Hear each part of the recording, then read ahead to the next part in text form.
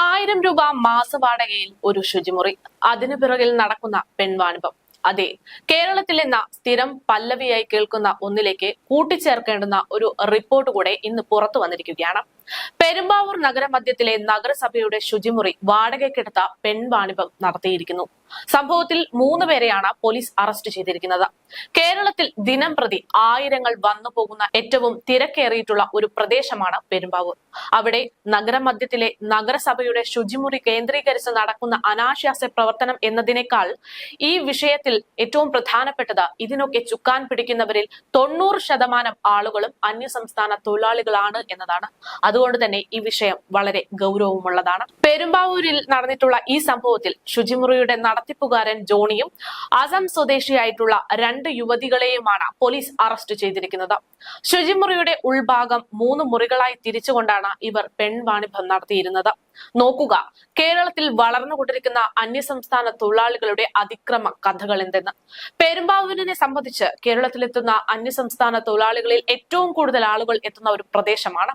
അതിനാൽ തന്നെ ഇത്തരം പെൺവാണിഭ കേസുകൾ അടക്കം ഇവിടെ മിക്ക ദിവസങ്ങളിലും ഉണ്ടാകാറുണ്ട്. കുറച്ചു കാലം മുമ്പ് കൊല്ലത്ത് അന്യസംസ്ഥാന തൊഴിലാളിയുടെ 5 വയസ്സുകാരിയായ മകളുടെ മരണം ഈ കേരളം ഒന്നടങ്കം ചർച്ച ചെയ്ത ഒന്നാണ്. അന്ന് സർക്കാർ ഉൾപ്പെടെ അതിനെ അതിഗൗരവമായി തന്നെ എടുത്തിരുന്നു. കേരളത്തിലെ അന്യസംസ്ഥാന തൊഴിലാളികളുടെ വരവിനെ കുറിച്ച് അന്ന് വളരെയധികം പഠിക്കാൻ വരെ കാരണമായി മാറി. പക്ഷേ അന്ന് കൃത്യമായി തിരിച്ചറിയൽ കാർഡ് പോലും ഇല്ലാതെ, ഒരു ഐഡന്റിറ്റി കാർഡ് പോലും ഇല്ലാതെയാണ് പല അന്യസംസ്ഥാന തൊഴിലാളികളും കേരളത്തിൽ എത്തുന്നത് എന്ന റിപ്പോർട്ട് പുറത്തു വന്നിരുന്നു. കേരളത്തിൽ എത്ര അതിഥി തൊഴിലാളികൾ ഉണ്ട് എന്ന് ചോദിച്ചാൽ അതിന് കൃത്യമായ ഒരു മറുപടി നൽകാനാകാതെ സർക്കാർ അന്ന് വിയർത്തതും നാം കണ്ടതാണ്. ഇപ്പോഴും ആ ചോദ്യം ആവർത്തിച്ചാൽ അതിനൊരു കൃത്യമായ ഉത്തരം സർക്കാരിന് നൽകാൻ സാധിക്കുമോ എന്നതും ഒരു സംശയം. ഇനി പെൺവാണിഭം മാത്രമാണോ പെരുമ്പാവൂരിനെ പോലുള്ള കേരളത്തിന്റെ പ്രധാനപ്പെട്ട പ്രദേശങ്ങളിൽ നടക്കുന്നത് എന്ന് ചോദിച്ചാൽ അല്ല. അനിയന്ത്രിതമായിട്ടുള്ള ലഹരി കച്ചവടങ്ങളും ഇത്തരം പ്രദേശങ്ങളെ കേന്ദ്രീകരിച്ചുകൊണ്ട് അന്യസംസ്ഥാന തൊഴിലാളികൾ നേതൃത്വം നൽകിക്കൊണ്ട് നടത്തുന്നുണ്ട്. കഴിഞ്ഞ കുറച്ച് ദിവസങ്ങൾക്ക് മുമ്പ് ജില്ലയിൽ നടപ്പിലാക്കിക്കൊണ്ടിരിക്കുന്ന ഓപ്പറേഷൻ ക്ലീൻ പദ്ധതിയുടെ ഭാഗമായി ജില്ലാ പോലീസ് മേധാവി ഡോക്ടർ വൈഭവ് സക്സേനയുടെ നേതൃത്വത്തിൽ നടത്തിയിട്ടുള്ള പരിശോധനയ്ക്കിടെ 3 കോടി രൂപയോളം വില വരുന്ന 500-ലേറെ ചാക്ക് നിരോധിത പുകയില ഉൽപ്പന്നങ്ങളായിരുന്നു കണ്ടെത്തിയത്. അവിടെയും ഇതര സംസ്ഥാന തൊഴിലാളികളുടെ സാന്നിധ്യം ഉണ്ടായിരുന്നുവെന്ന് പോലീസ് വ്യക്തമാക്കിയിട്ടുണ്ട്. ചുരുക്കി പറഞ്ഞാൽ കേരളത്തിലേക്ക് ജോലി തേടിയെത്തുന്ന അന്യസംസ്ഥാന തൊഴിലാളികളിൽ പലരും സംസ്ഥാനത്തിന്റെ സ്വൈര്യ ജീവിതം നഷ്ടപ്പെടുത്തിക്കൊണ്ടിരിക്കുകയാണ് എന്നത് ഇതൊക്കെ വ്യക്തമാക്കുകയാണ്.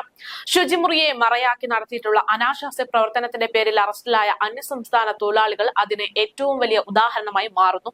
അനാശാസ്യ പ്രവർത്തനങ്ങൾ, മയക്കുമരുന്ന് കടത്ത്, ഗുണ്ടായിസം, കൊലപാതകം എന്നു വേണ്ടുന്ന എല്ലാത്തിനും അന്യസംസ്ഥാന ക്രിമിനലുകളുടെ സാന്നിധ്യമാണ് ഇന്ന് കേരളത്തിൽ ഏറി വരുന്നത്. കേരളത്തിലെത്തുന്ന ബഹുഭൂരിപക്ഷം അന്യസംസ്ഥാന തൊഴിലാളികളും പ്രശ്നക്കാർ അല്ല എന്നതിനാൽ ആ വിശ്വാസം മുതലെടുത്താണ് പല ക്രിമിനലുകളും അവരുടെ നില ഉറപ്പിക്കുന്നത് എന്നതാണ് വസ്തുത. 2016 ഏപ്രിലിൽ പെരുമ്പാവൂരിലെ നിയമ വിദ്യാർത്ഥിനിയായ ജിഷയെ കൊലപ്പെടുത്തിയിട്ടുള്ള അസം സ്വദേശി അമീറുൽ ഇസ്ലാമിന് വധശിക്ഷ നൽകിയ വാർത്ത നമ്മെ ഏറെ ശ്രദ്ധിച്ചതാണ്. എന്നിട്ട് പോലും പിന്നീട് അങ്ങോട്ട് ഒരു കുറ്റകൃത്യങ്ങൾ പോലും കുറഞ്ഞില്ല എന്നുള്ളതാണ് വസ്തുത. കഴിഞ്ഞ നിയമസഭാ സമ്മേളനത്തിൽ മന്ത്രി വി ശിവൻകുട്ടി നൽകിയിട്ടുള്ള കണക്ക് പ്രകാരം 2016 മുതൽ കൊലപാതകം ഉൾപ്പെടെയുള്ള കുറ്റകൃത്യങ്ങളിൽ ഏർപ്പെട്ടത് 10,546 അന്യസംസ്ഥാന തൊഴിലാളികളാണ് എന്ന് വ്യക്തമാക്കിയിരുന്നു. അപ്പോഴും അന്യസംസ്ഥാന തൊഴിലാളികളുടെ കൃത്യമായ എണ്ണം എത്രയെന്ന് പറയാൻ ആർക്കും സാധിച്ചിട്ടില്ല. 2013 Gulati institute of finance and taxation നടത്തിയിട്ടുള്ള പഠനത്തിൽ കേരളത്തിലെ കുടിയേറ്റക്കാരുടെ എണ്ണം 23.5 ലക്ഷമാണ് എന്ന് വ്യക്തമാക്കിയിരുന്നു. നിലവിൽ 35 ലക്ഷത്തോളം പേർ ഉണ്ടാകുമെന്നതാണ് നിഗമനം. ഇൻഷുറൻസ് ആനുകൂല്യങ്ങളും മറ്റും നൽകുന്ന ആവാസ് പദ്ധതിയിൽ 5,16,320 പേർ രജിസ്റ്റർ ചെയ്തിട്ടുണ്ട് എന്നതാണ് സർക്കാരിന്റെ പക്കലുള്ള ഏക കണക്കായി അന്ന് വ്യക്തമാക്കിയിരുന്നത്. മിക്കവരുടെയും യഥാർത്ഥ പേരോ അവരെ തൊഴിൽ ചെയ്യിക്കുന്നത് ആരാണോ എന്ന് തുടങ്ങിയിട്ടുള്ള യാതൊരു വിവരങ്ങളും ലഭ്യമായിട്ടില്ല എന്നുള്ളതാണ് വസ്തുത. ഇതെല്ലാം മുതലെടുത്തുകൊണ്ട് തൊഴിലാളികൾ എന്ന വ്യാജേന കൊടും കുറ്റവാളികൾ കേരളത്തിൽ തമ്പടിക്കുന്നു എന്നത് പറയാതെ വയ്യ. ഇതിനൊക്കെ ഇനിയെങ്കിലും കൃത്യമായ ഒരു കണക്കും കാര്യങ്ങളും ഉണ്ടാക്കേണ്ടത്.